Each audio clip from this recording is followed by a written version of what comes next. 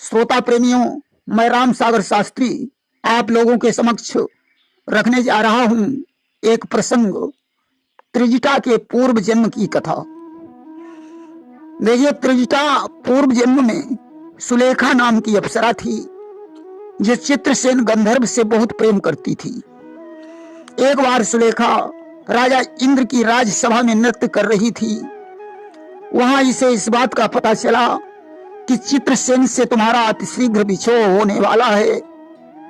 अब तो सुलेखा चिंता में डूब गई। जिस समय इंद्र सभा को छोड़कर जा रही थी, तभी इसकी भेंट देवर्षि नारद से हो गई। सुलेखा ने नारद को प्रणाम किया।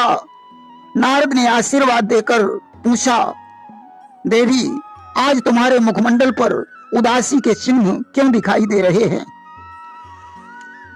सुलेखा ने कहा, देवर्षि, मुझे ऐसा मालूम हुआ है कि हमारा विछोह अतिशीघ्र चित्रसेन से होने वाला है।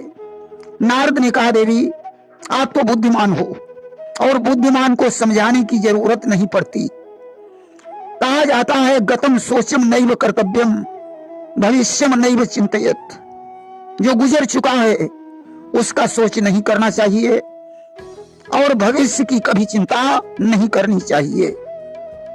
अस्तु, वर्तमान को देखकर प्रसन्न रहो, भविष्य में जो होगा वह देखा जाएगा। सज्जनों, इस तरीके से देवर्षि नारद ने सुलेखा को धैर्य बनाया। नारद ने तो आगे के लिए प्रस्थान किया और सुलेखा अपने घर पहुंच गई।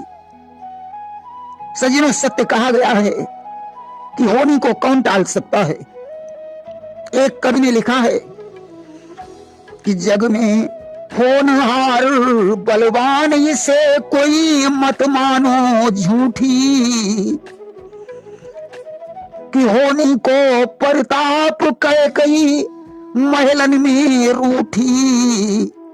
और राम गए बनवास देह नृप दशरथ की छूटी। जग में होनहार बलवान इसे कोई मत मानो झूठी, कि होनी को परताप एक दिन अर्जुन पे बीती।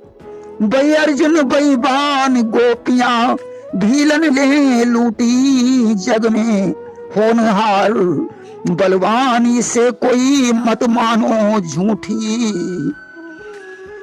आज तो एक दिन होने के कारण सुलेखा चित्रसेन गंधर्व के साथ मृतलोक की सैर करने के लिए निकल पड़ी। नाना प्रकार के वन उपवनों को देखते हुए दोनों एक झरने के पास पहुंच गए। आज उन दोनों ने झरने में नहाने का विचार बनाया और जल विहार में इतना मस्त हो गए कि उन्हें स्वर्ग लोक जाने का ध्यान ही नहीं रहा। वे एक दूसरे पर पानी उलीच उलीच कर जल क्रीड़ा करने लगे। सज्जनों, वहीं थोड़ी दूरी पर झरने के निकट दुर्वासा ऋषि बैठे हुए थे। सारा संसार जानता है दुर्वासा बड़े क्रोधी महात्मा हैं कि लोक कहु वेद विदित इतिहास और जानत सब क्रोधी दुर्वासा। अब तो ज्यों जल की छींटें दुर्वासा ऋषि के ऊपर गिरी, उन्हें क्रोध आ गया और उन्होंने सुलेखा को श्राप दे दिया कि दुर्वासा ऋषि दीनो श्रापा हो निशाचरी अपने ही पापा। जा दुष्टा, तू निशाचरियों की तरह उपद्रव कर रही है, इसलिए तू निशाचरी हो जा। अब तो सुलेखा भयभीत होकर दुर्वासा के चरणों पर गिर पड़ी। उसने कहा, मुनिवर, आपका वचन अमोघ है, अब मेरा उद्धार कैसे होगा? किते ही कहा वचन अमोघ तुम्हारा, और कस हुई है उद्धार हमारा।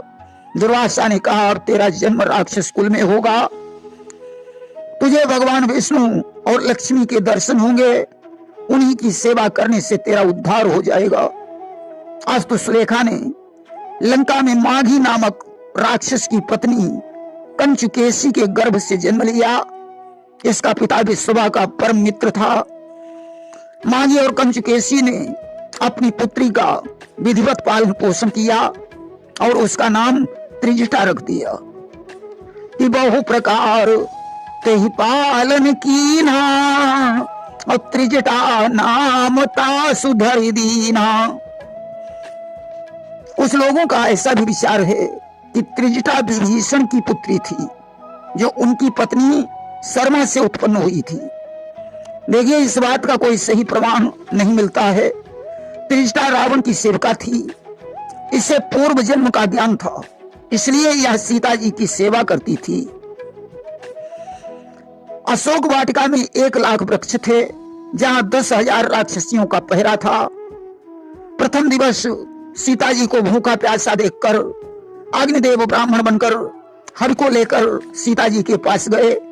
उन्होंने अपने योग बल से राक्षसियों को सुला दिया और सीता जी को हवि खिलाकर चले गए, जिस हवि से उन्हें काफी दिनों तक भोजन पानी की आवश्यकता नहीं पड़ी।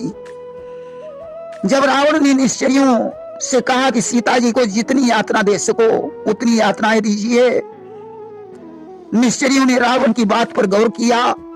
उस समय त्रिजटा ने निश्चरियों को समझाया कि अगर अपनी भलाई चाहती हो तो यातना नहीं, सीता जी की जितनी सेवा कर सको उतनी करो। आज तो सभी निश्चरियां सीता जी की सेविका बन गई। देखिए, रावण वध के पश्चात त्रिजटा लक्ष्मी नारायण की तपस्या करने लगी। अंततोगत्वा शरीर छोड़ने के पश्चात उसे पुनः गंधर्व शरीर प्राप्त हो गया और वह गंधर्व लोक को चली गई। प्रेम से बोलिए वृंदावन बिहारी लाल की जय।